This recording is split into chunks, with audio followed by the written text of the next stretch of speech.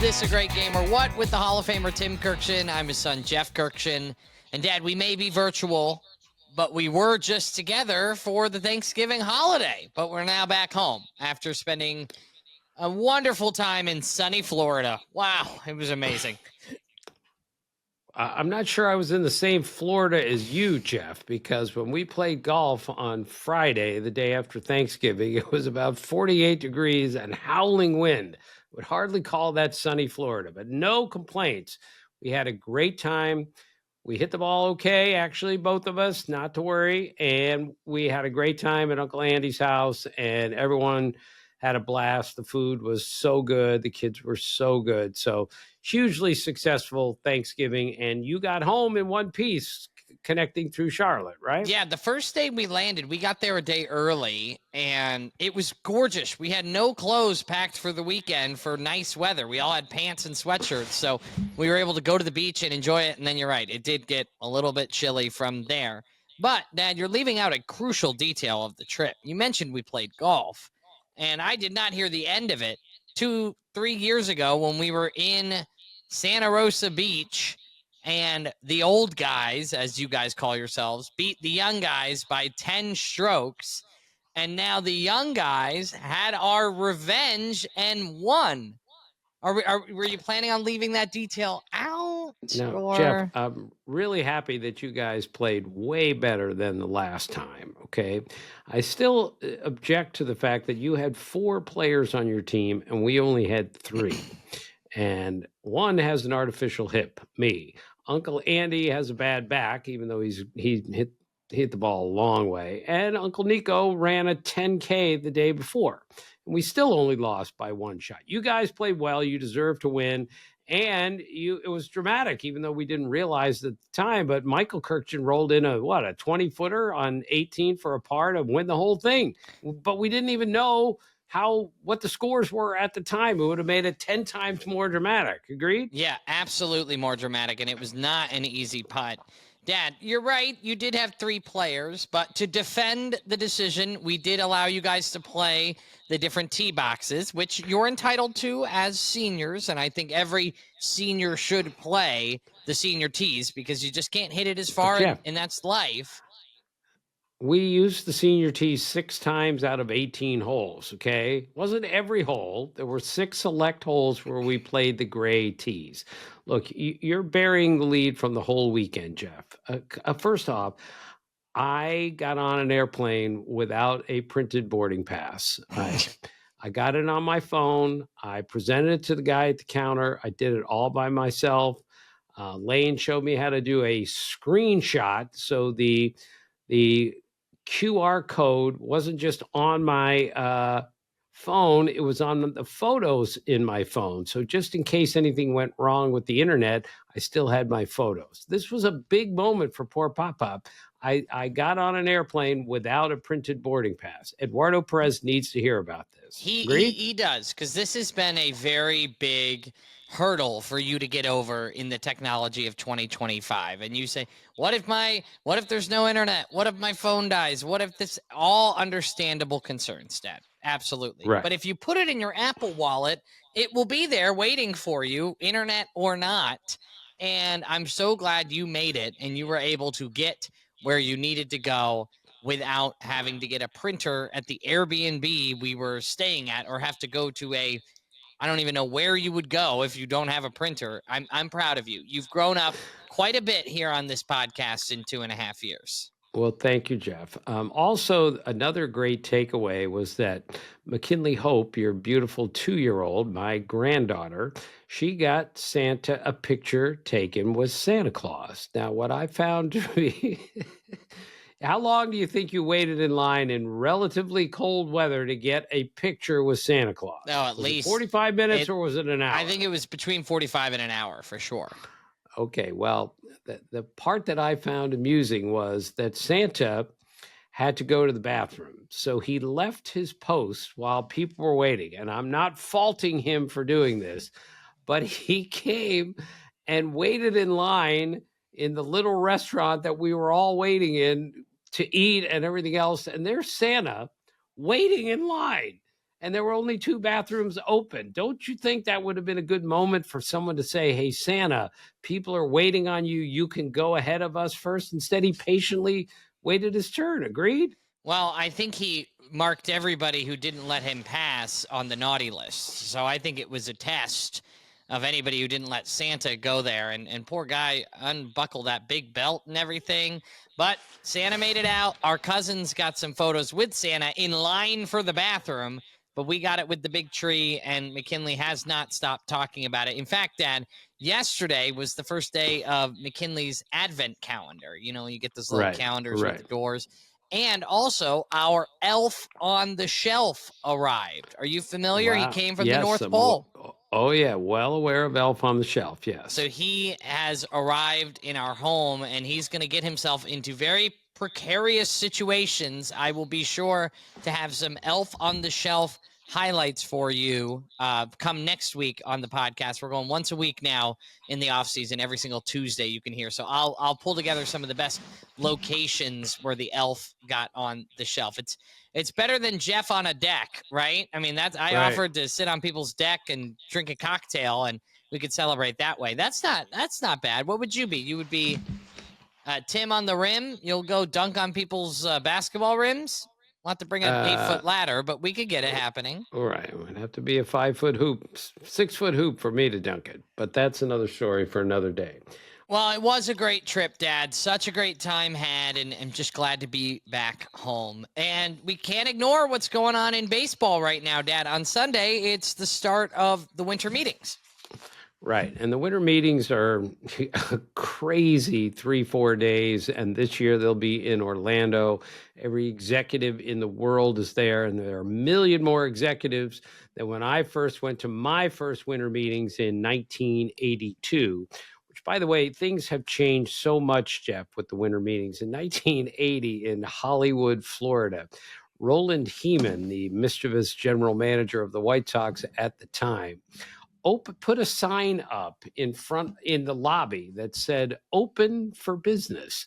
And then he said the White Sox made 4 trades on that first day. That's how things used to work. Guys would put a sign open for business. And Jeff, back then, like in 82, when I first started covering, you go into the hotel lobby and all the general managers are there because nobody has a cell phone back in 1982. So you just went up to GMs everywhere and said, what's going on with the trade or whatever. Now you can't even find the general managers anywhere because they all have their cell phones. They all have their army of people next to them in their suites, and they're looking up a million different things. Like in 82, though, Jeff, when everyone was in the lobby, it was my first full year covering the winter meetings. I was scared to death to leave the lobby. So the winter meetings were in Hawaii. And I am not kidding you, Jeff. I never left the hotel. Meaning I did not go out on the beach. We didn't go out to eat because I was so afraid as a really young writer that I was going to miss something at my first winter meetings, that I stayed inside the entire time. It could have been held in whatever, Iowa, Idaho. It could have been held in North Dakota. It wouldn't have mattered. It was in Hawaii, and I never left the hotel because I was so afraid that I was going to miss something. Can you imagine that?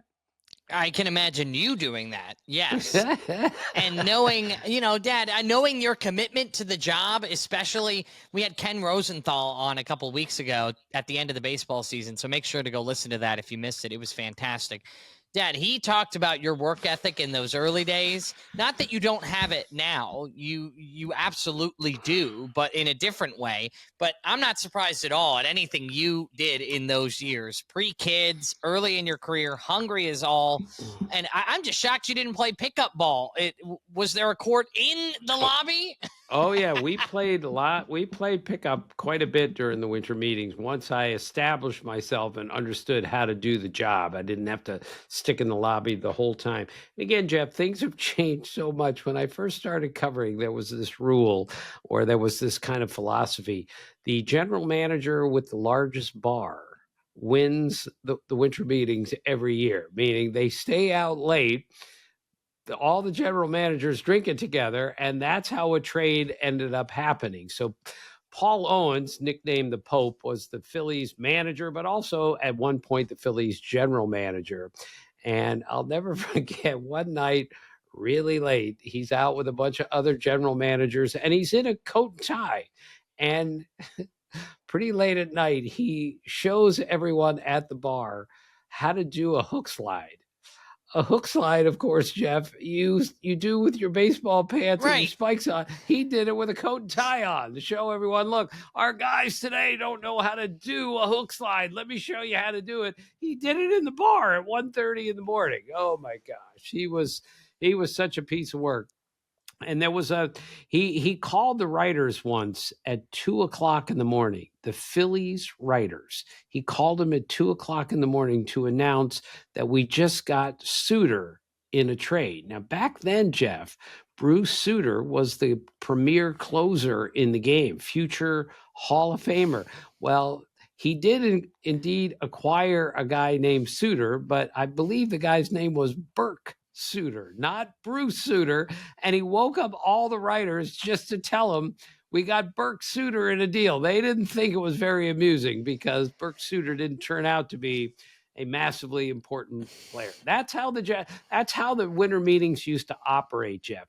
Yeah, and then years later, guys stopped hanging out at the bar and they all hung out in the weight room in the morning doing their running and their walking and their all that. I mean, the young GMs are in incredible shape. Now I think most of them play pickleball. So they'll find a pickleball court somewhere in Orlando, and I'll bet there are a bunch of spirited games going on between the GMs. We need to get you on a pickleball court, Dad. Have you ever played? I played once, but it was briefly, and I didn't even know the rules, and I wasn't with a group. I just kind of joined in. It was bad. It was a long time ago. I don't know if I'd be any good at it with a artificial hip. I can't move side to side very well anymore, but I need to take it up. It's an old man's game to some degree, although some young guys really play well. Carl Ravitch is really good at it. So I would like to start to play. Yeah, that might be something I do for my New Year's resolution, play pickleball really for the first time. That's a good idea. Yeah. I mean, yeah, you're right. Ravi is a big pickleballer. So maybe next time you see him, you will have a couple games under your belt. You can have that taken care of. So that's for the winter meeting Sunday. That all kicks off, Dad. You're going to be covering all the action from Bristol, Connecticut on ESPN. So make sure that you're covering or following along on ESPN to see Dad's coverage of that. Also, Dad, the big news that we're going to be covering more after the vote is had next week is this very big ballot, the Contemporary Baseball Era Committee ballot, which is going to be announced on December 7th, the voting results. And this is a big, big vote, Dad. A lot of big names. Explain what it is, first off. Well, first off, this is a special committee. There are 16 people on the committee. I have been on 4 of these special committees in my career. It is a tremendous privilege. You sit in a room with like 3 other writers / historians, 4 executives from baseball, retired and current, and 8 former players, a total of 16 people. That's usually how the committee is made up. And you go back and forth on all the candidates. And it is a fascinating process. It is really emotional because there are players in there who are trying to get a teammate or a former teammate in. It's all very fair. It's very democratic, but like you have to get 75% to get in on the writer's ballot. You have to get 75% to get in on this ballot also. So you have to get 12 out of 16. And Jeff, here are the players from the contemporary baseball era: Barry Bonds, Roger Clemens, Don Mattingly, Carlos Delgado, Jeff Kent, Dale Murphy, Gary Sheffield, Fernando Valenzuela. Now, I can make a pretty darn good case for all 8 of them. Certainly the first 7 that I mentioned would be a little harder for me to make a compelling Hall of Fame case for Fernando Valenzuela, even though he was amazingly good. But, Barry Bonds and Roger Clemens had 10 years on the writer's ballot, and the most they got to was 64% after 10 years. Got to get to 75%. Their first year on a special committee ballot like this was a couple of years ago, and I believe each guy only got 2 out of 16 votes. Got to get 12. Wow.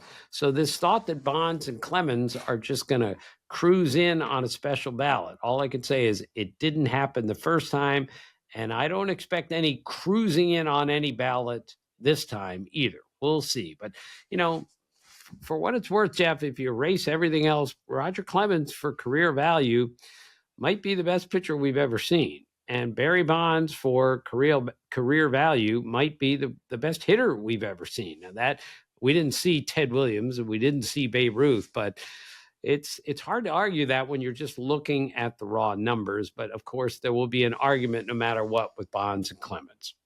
Yeah, Dad, I'm a child of the steroid era. And by that, I mean, I grew up, my years of first remembering baseball was the late 90s, excuse me. And that, for me, they have to be in the Hall. I understand the steroid aspect of it.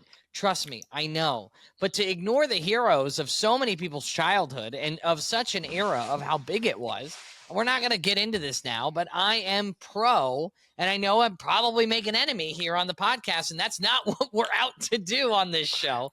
But it's just kind of the way I feel growing up in that generation. All of these guys that I watched, so many of them on the outside of the Hall, it's just sad. That's all I'm going to say there. I understand. And I voted for Bonds and Clemens every year they were eligible. And I wasn't particularly proud of that. I just thought there was a tacit agreement out there that all sorts of guys are using this. Nobody is testing. Nobody's getting in trouble. They're being encouraged to do it. And that's why I voted for Bonds and Clemens. And yet anyone who doesn't vote for them, I totally understand. Let's just run through a few more. I mean, Don Mattingly was certainly the best player. I think he was the best player in the American League from 1984 through 89. So for a 6-year period, he was the best player in the league. After Keith Hernandez, he's the best defensive first baseman I've ever seen. And won a batting title, won an MVP, and nobody conducted himself more professionally as a major leaguer than Don Mattingly. Carlos Delgado, Jeff, man, his numbers are amazing. He had 473 homers, 1,512 RBIs, 929 OPS. He's one of only 14 players all time with those numbers. You look at the other 13, they're like the 13 greatest hitters ever. So I think Carlos Delgado has a real shot to get in this time. The first time on the ballot didn't go well, but I think this is why these committees are formed, so we can take another look at somebody who may have been left out of the equation. And I think Delgado is one of those. Yeah, Dad, and it's worth noting, too, if I'm not mistaken, didn't he win Roberto Clemente awards? He was so active, so much philanthropy. This is so important when it comes to our league that I know we don't necessarily exclude people if they weren't good guys, but I think it should be considered if they were a good guy. I mean, in my opinion, right. I think that should be considered. Right. And that, of course, speaks directly to Dale Murphy, who's one of the nicest people who's ever played Major League Baseball, but also would compete to the end to beat you. I'll never forget Tom Glavine, who was a teammate of Dale Murphy, had to throw at Dale Murphy in a game against the Phillies when Murphy had gone to the Phillies. All right. There was a beanball thing going on, and baseball etiquette was Tom Glavine had to hit Dale Murphy with a pitch. Okay. That's just the way it worked back then. Okay. This is the early 90s or so. So Tom Glavine threw it over Dale Murphy's head, way over his head, and did not hit him, and then walked off the mound knowing he would be ejected for throwing at a hitter intentionally. But he couldn't hit Dale Murphy because he was Dale Murphy. But Dale Murphy who never got angry. I never heard him say a swear word, one of the kindest people ever to play in the big leagues. He was really upset because it was Tom Glavine's job to hit him with a pitch as retaliation for what was going on the other side. And he was upset at his former teammate. You should have hit me with that ball. Instead, he threw it over his head. Tells you a little bit about Dale Murphy, who, by the way, Jeff, 398 homers, stole 168 bases, knocked in 1,000 runs, and won 5 Gold Gloves. Only 7 players of all time can connect all four of those dots. That's how good he was. And, 82 through 87, 6-year period, he and Mike Schmidt were the two best players in the National League. And he won back-to-back MVPs in 82, 83. So Dale Murphy makes a compelling case, and a lot of people think he's got a shot this year, even though he never made it on the writers' ballot. So Jeff, and then there's Jeff Kent is on the ballot. I voted for Jeff Kent every year. Hit more home runs than any second baseman in history, won an MVP, was a better defensive player than people think, wasn't the most popular guy in the world, which did not help him in the voting. That doesn't matter to me. I voted for him every year.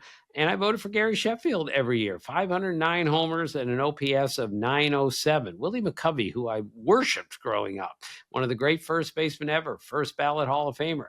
He didn't have a 907 OPS. And so Gary Sheffield, I think, granted, he's got some extracurricular stuff there, which no need to go into here. But the point is, Jeff, you can make a really compelling case for 7 of these guys being Hall of Famers. This is going to be a fascinating vote. And we'll keep you updated on that next week on is this a great game or what. But coming up next, Dad, we're going to jump into one trade in this offseason thus far that actually inspired a Team Tim. We're going to go on this date in baseball history, but I'm actually going to take this one by the helm a little bit, Dad. I've got some to throw your way, and then we've got 3 cards in the bathroom. It's all coming up next.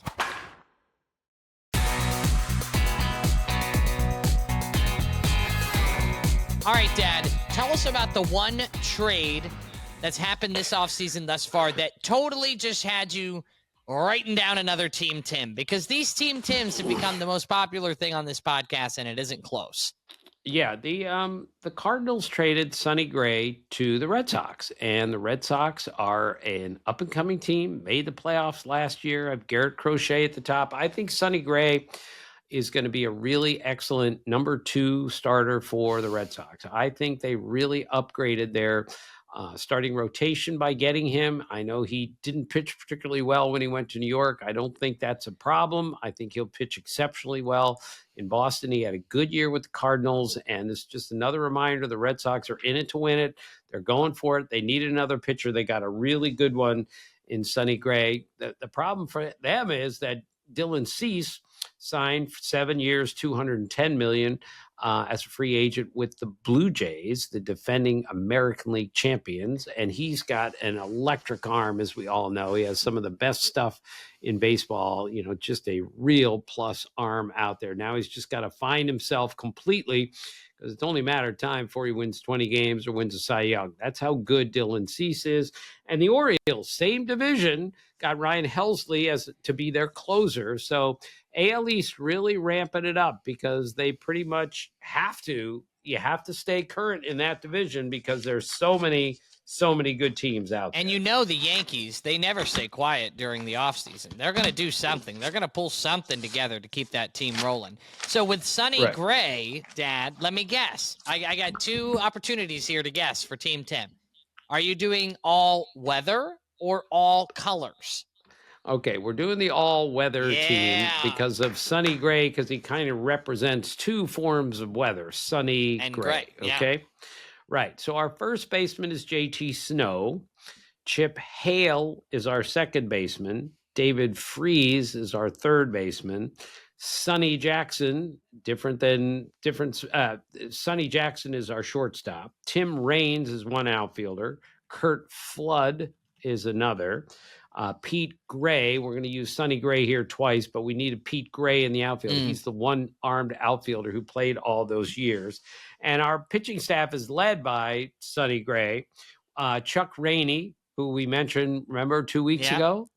And he was teammates with Mark Clear. Wow, that's Rainey, right. Yeah, it took me a second. Rainey and Clear, right? Ryan Weathers, of course, whose dad, David Weathers, also played in the big leagues. So we have 2 Weathers on the all weather team. Steve Rain, Wendy McCall. These are all pitchers, Jeff. Storm Davis, who I covered with the Orioles.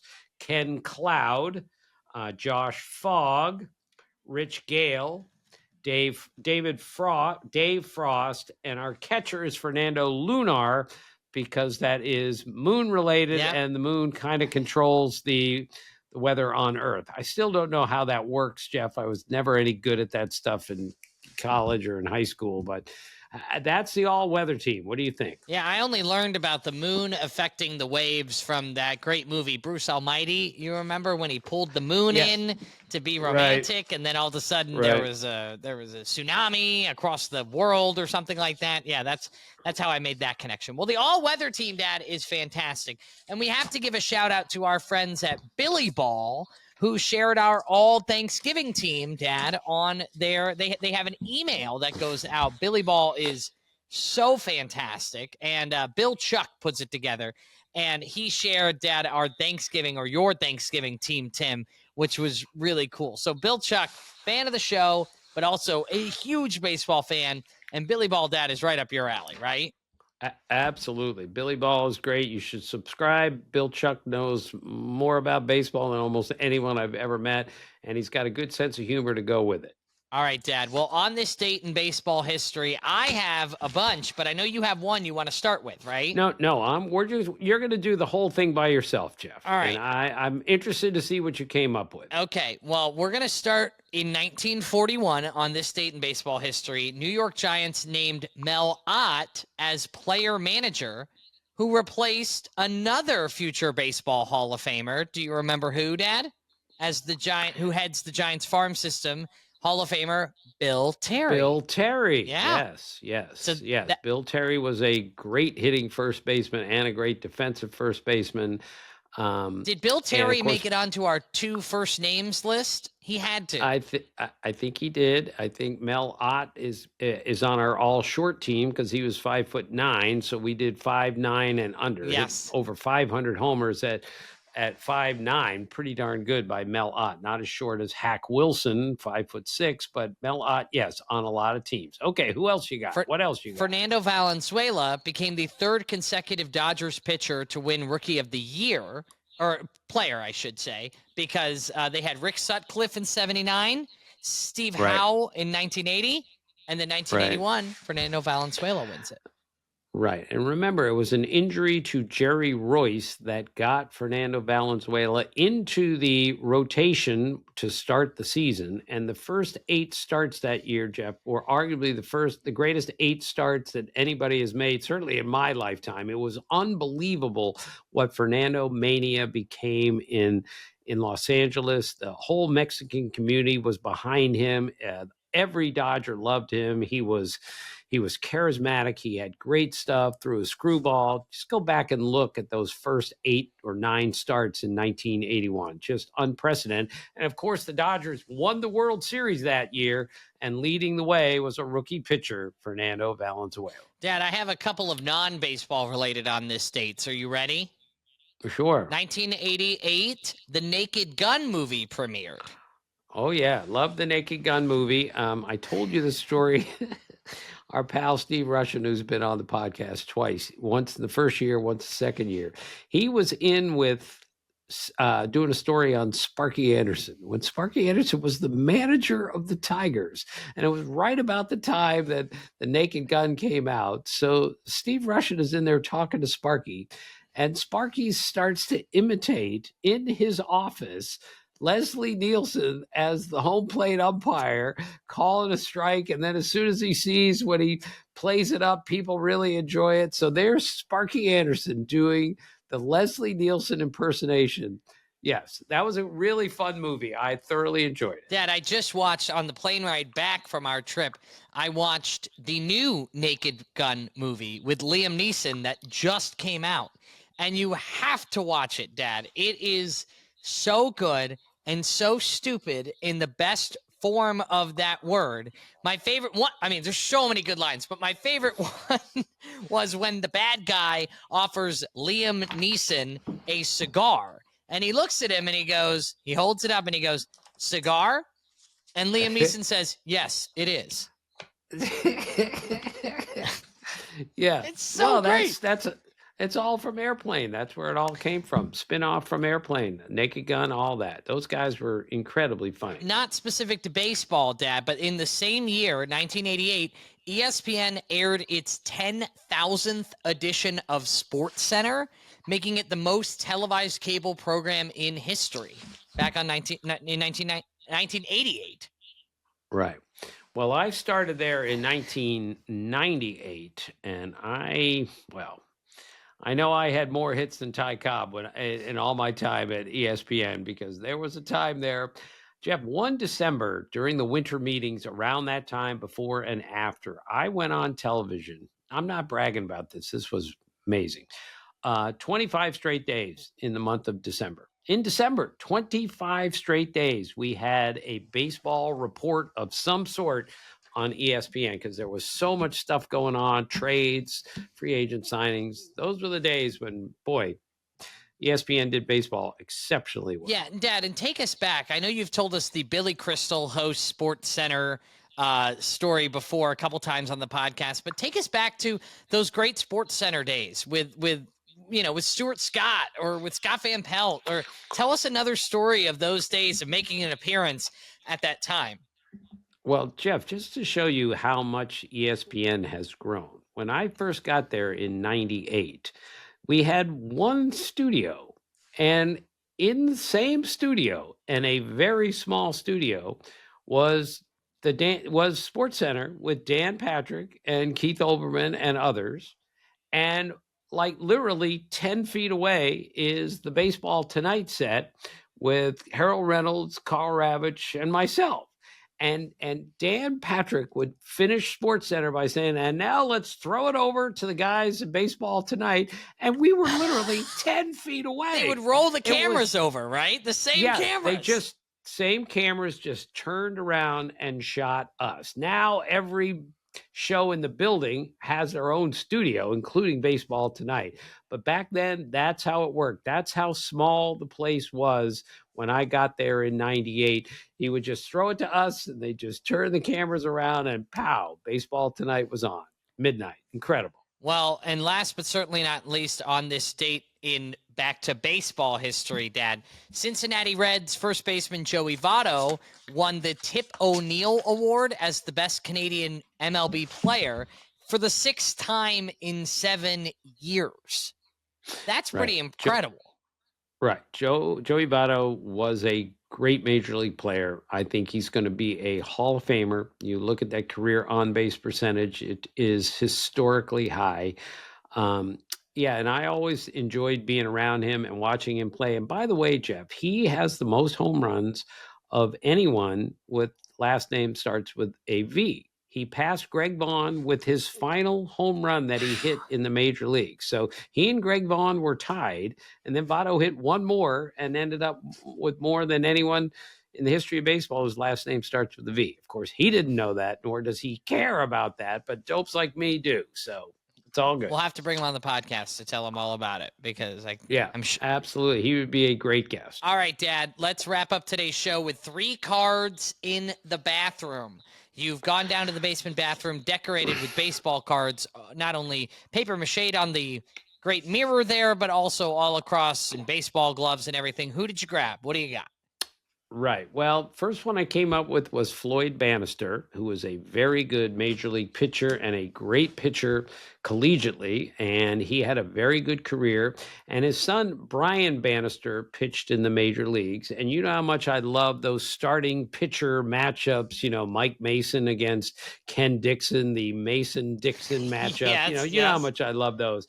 So Floyd Bannister's son, Brian Bannister, was facing Gavin Floyd. So the pitching matchup was Floyd Bannister, and Floyd Bannister's son was pitching in the game. It's perfect. I got and I told Floyd Bannister that story, and he actually knew that I had reported that, thinking this is the dumbest thing I've ever heard, but he loved it just because his son was involved in the equation. So yes, Floyd Bannister, that was the first one. Let's see if you could remember this one, Jeff. I know I've used this before. Vance Law. Now, Vance Law has been on the all courtroom team, with Aaron Judge and Al Chambers and all those guys, Johnny Bench. You've heard that one, but what is Vance Law's name? We had fun with his name Law when and he played. Order. Right. George Orta was the second baseman, and Vance Law was the shortstop for the White Sox briefly, and the double play combination was Law and Orta. How about that? Yeah, I mean, I just wish the first baseman had a last name that could fit too. If Aaron Judge played then and was a first baseman, you probably would have absolutely lost your mind. Right. Law, Order, Judge. Oh, God, it would have been so good. All right, last one, Jeff, is one of my favorite players, Tom Candiotti. And speaking about Billy Crystal, I know I've told you this story before, but you're going to hear it again. So Tom Candiotti, Billy Crystal makes the movie 61. It's a great movie. If you haven't seen it, I mean, it's been out for years. It's great. The level of detail was amazing. So Billy Crystal, who loves the Yankees, loves baseball, and really understands it, needs someone to play Hoyt Wilhelm in the movie 61. So Tom Candiotti, knuckleball pitcher like Hoyt Wilhelm, had just been released, and he was angry that he didn't get another job in the big leagues, and it's like spring training. So Billy Crystal calls him and says, Tom, we need you to play Hoyt Wilhelm in the movie. So he says, of course, I'd love to. So they get him out there, and Billy Crystal told him, now look, Tom, this is a very authentic movie.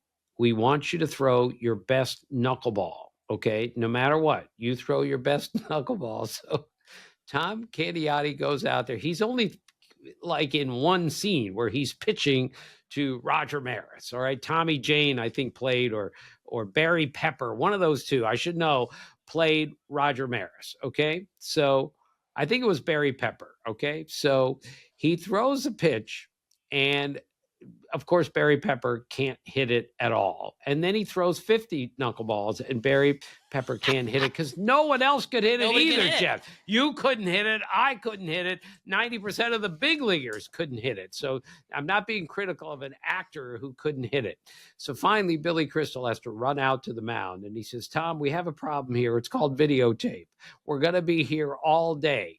Don't throw your best knuckleball down. Throw something that Barry Pepper can hit. Okay. So Tom has to slow down the knuckleball. And when he slows it down, he loses control of one, and he hits Barry Pepper like in the back. And Barry Pepper goes down like a sack. And the entire cast and crew comes running out thinking that Tom Candiotti just killed the star of the movie.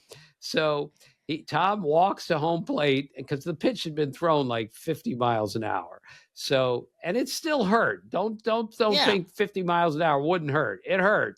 But he's lying in the dirt, and Barry Pepper looks up at Tom Candiotti and says, I should get up now, shouldn't I? And Tom Candiotti goes, yes, that was 50 miles an hour. You should get up now. So it's great. So Tom Candiotti played Hoyt Wilhelm in that movie. And he told me years ago he still gets royalty checks from the movie. And he said, I got a royalty check the other day for 87 cents. That's how we're going shopping.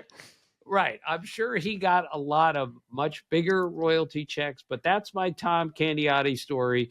Really good major league pitcher, very good knuckleball pitcher. And he appeared in 61 as Hoyt Wilhelm. Do you know my fun fact about Tom Candiotti? No.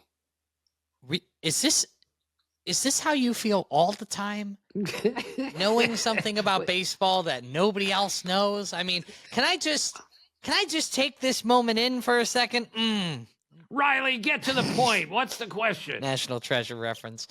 Tom Candiotti has the highest career WAR for a pitcher without having an all-star selection.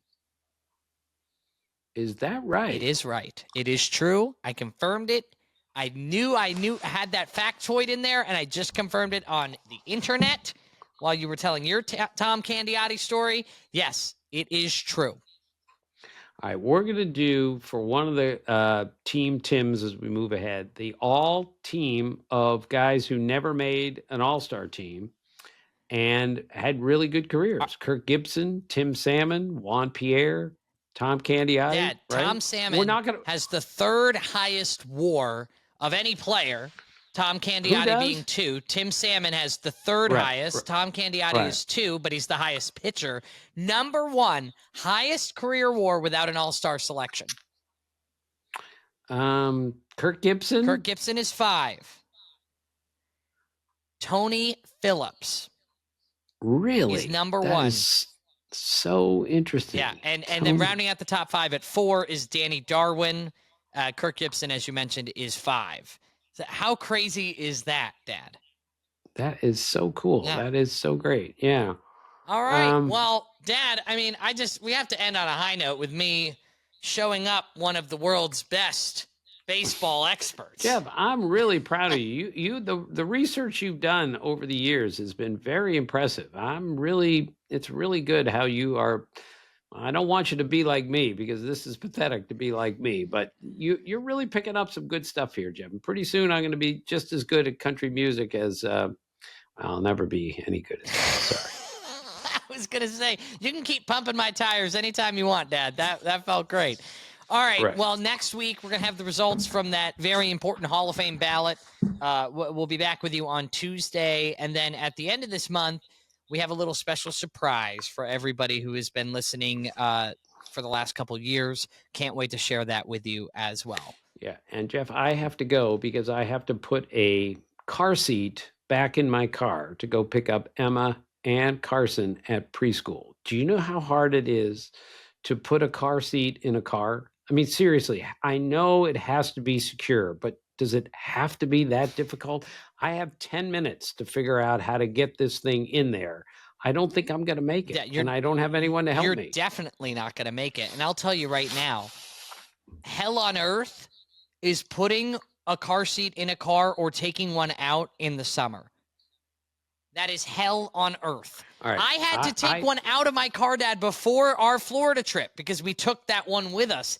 And it was 35 degrees outside, Dad, and I was sweating profusely because I couldn't get it out. Jeff, stop talking. I have to go do this now. I am in charge of picking up the children at preschool, and I got to get a car seat in right now. Wish me luck. Good luck. Thank you so much for listening. And as always, thanks for being a part of our family. Go, Pop-Up, go! Go!